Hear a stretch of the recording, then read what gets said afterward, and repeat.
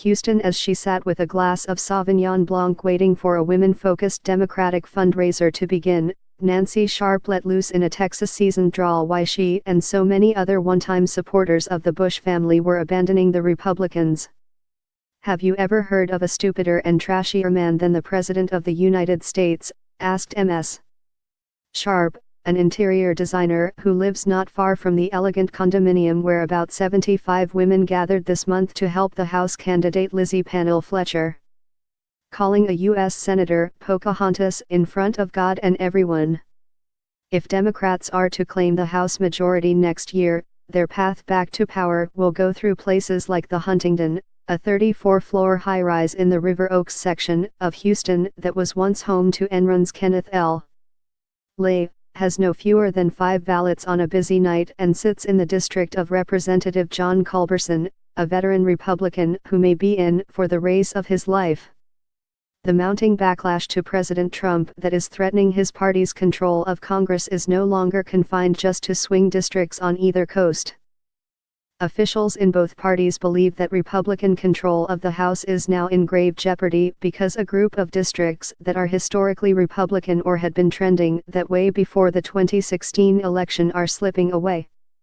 Much attention has been paid to the handful of seats in New York, New Jersey, and California that are represented by Republicans but voted for Hillary Clinton last year. But even with district lines drawn to favor Republicans in many states, the swelling antipathy toward Mr. Trump threatens to breach the party's defenses and stretch the congressional battlefield beyond the dimensions Republicans and Democrats anticipated a year ago. "There's no illusion about the storm that's coming," said Representative Tom Cole, Republican of Oklahoma, invoking last month's governor's races and last week's Senate special election. "If you had any doubts, they were wiped away after New Jersey, Virginia, and Alabama. From Texas to Illinois, Kansas to Kentucky, there are Republican districts filled with college-educated, affluent voters who appear to be abandoning their usually conservative leanings and newly invigorated Democrats, some of them non-white, who are eager to use the midterms to take out their anger on Mr. Trump.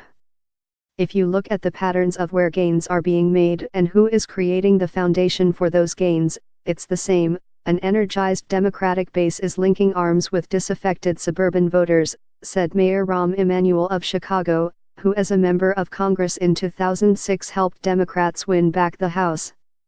"The president's conduct has basically given voters this permission slip to go against the Republicans. Congressional Republicans are scrambling to fortify their defenses."